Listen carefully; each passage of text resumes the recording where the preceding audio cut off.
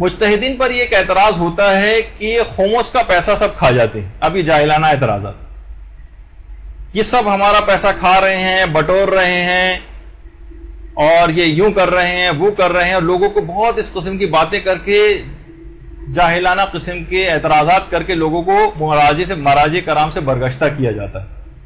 دیکھیے زبان تو یہ جو چھوٹی سی ہے, یہ قلیل الحجم اور کثیر الجرم, یہ بہت چھوٹی سی ہے, لیکن کے جرائم کی فہرست بڑی طویل ہوتی ہے. کبھی بھی آپ آرام سے استعمال کر سکتے ہیں اس کو.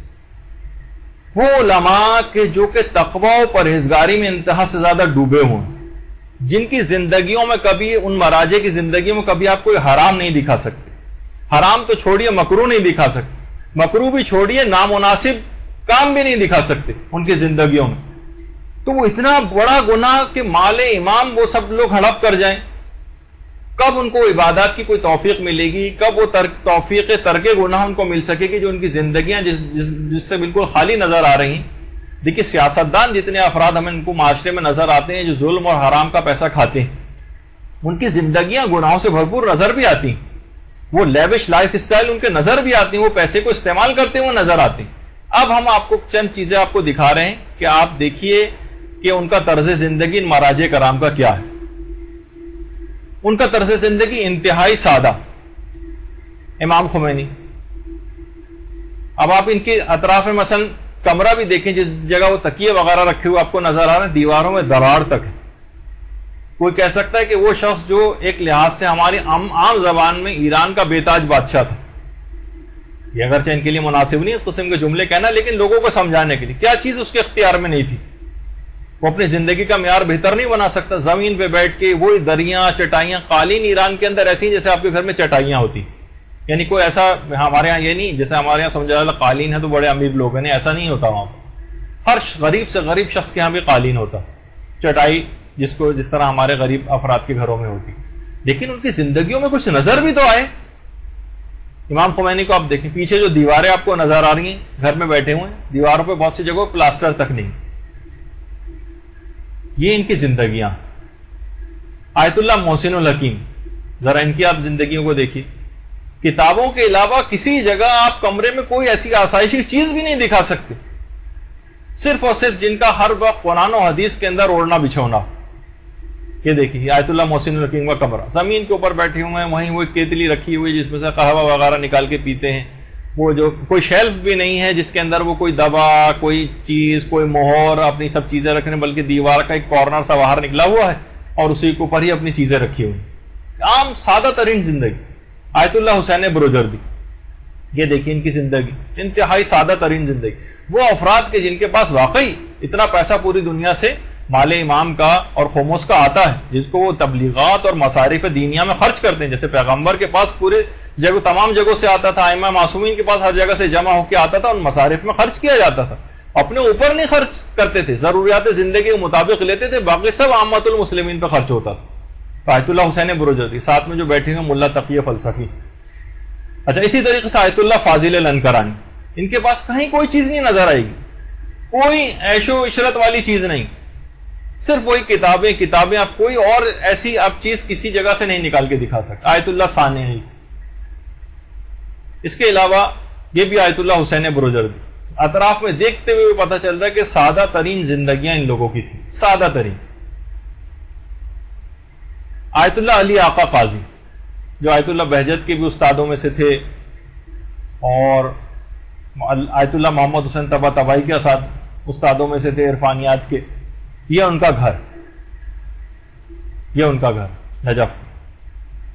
یعنی انتہائی غریب ترین افراد کے لیول کے اوپر اس طریقے سے ائمہ معصومین علیہ السلام ہوا کرتے تھے کہ غریب ترین افراد کے لیول کے اوپر زندگیوں کو بسر کرتے تھے. سیدھے ہاتھ سے دوسرے آیت اللہ میلانی, اور جس جگہ وہ بیٹھے ہوئے وہاں پہ بھی آپ دیکھیں دروازوں کے مثلا وہ شیشے تک ٹوٹے ہوئے.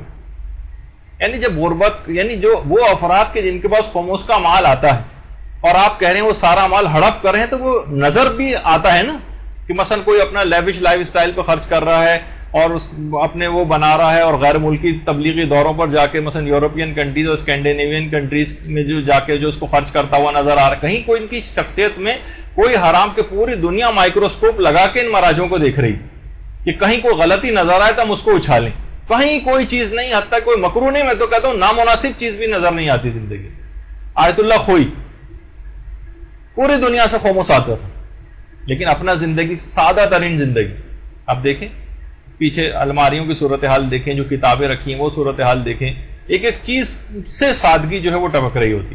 جس جگہ درس خارج آیت اللہ خوئی دیا کرتے تھے وہاں دیکھیں دیواریں پیچھے, کم سے کم اس جگہ پر تو ایسا انتظامات ہونے چاہیے تھے, اور ایسی کوئی غربت کا ماحول بھی نہیں تھا جس اعتبار سے جو پوری دنیا سے خاموش جو آتا ہو تبلیغات کے اندر کیونکہ خرچ کیا جاتا ہے, اپنے اوپر مہاراجے خرچ نہیں کرتے. آیت اللہ جواد انصاری حمدانی جس جگہ نماز پڑھا کرتے تھے, وضو پیچھے آپ حالت دیکھیے کہ ہمارے غریب سے غریب افراد کے گھر بھی اس طرح سے عام طور پہ نہیں ہوتے جیسے مہاراجے کرام کے گھر.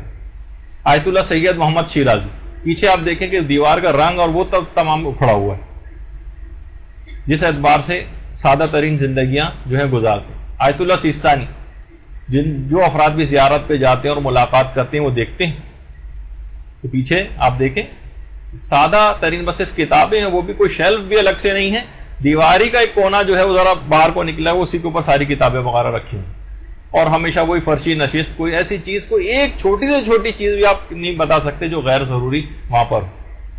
آیت اللہ علی خامنائی رہبر معظم, ان کے والد کا گھر ہے, کتنا لیوش ہونا چاہیے تھا اصولاً دنیا کے اعتبار سے, لیکن اپنے اوپر استعمال نہیں کرتے.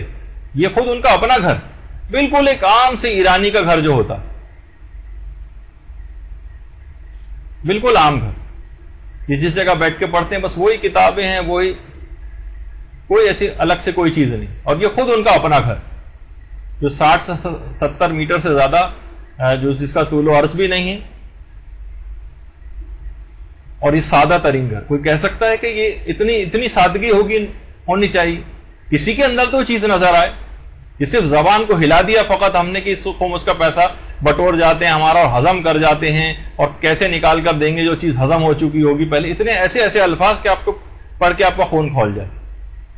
آیت اللہ حسن مدرس یہ استفتات کے جوابات دے رہے, سارے خطوط پوری دنیا سے آئے, اب کپڑے ان کے دیکھیں, سادہ ترین زندگی کہ ائمہ معصومین علیہ السلام کی زندگی یاد آ جائے. جس سے یہ جنہوں نے قوم کا حوض علمیہ قائم کیا تھا آیت اللہ عبد الکریم حائری, ان کا گھر.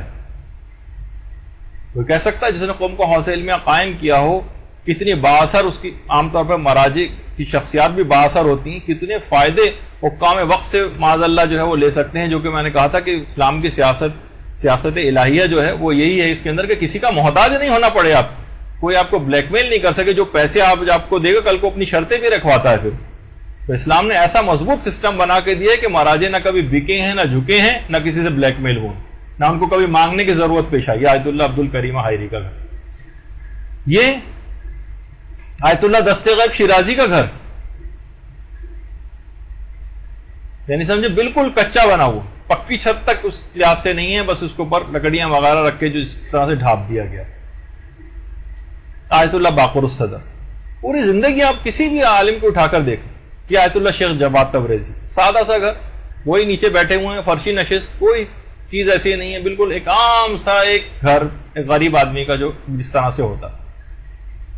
تو بہرحال دیکھیے تمام یہ علماء, ان کی زندگیاں, یہ صرف کہنا زبان سے, اگر آپ, بلکہ میرے پاس تو وقت نہیں ہے, 3-4 گھنٹے آپ اور مجھے دے دیں اگلی دفعہ, آپ نہیں دیں گے اور نہ میں اس لحاظ سے آپ کا وقت ضائع کروں گا, لیکن اگر کبھی ہو جائے تو 3-4 گھنٹے صرف آپ کو ان کی زندگیوں کی تصاویر دکھا کے آپ کو پتہ چل جائے کہ واقعی ان کی کیا زندگی ہے, کہ ہم صرف اتنے الزامات سن لیتے ہیں لوگوں کے, اور لوگوں کی اس طرح کی باتیں, ارے یہ سب مولوی حضرات اور یہ مجتہدین ہمارا پیسہ کھا جاتے ہیں.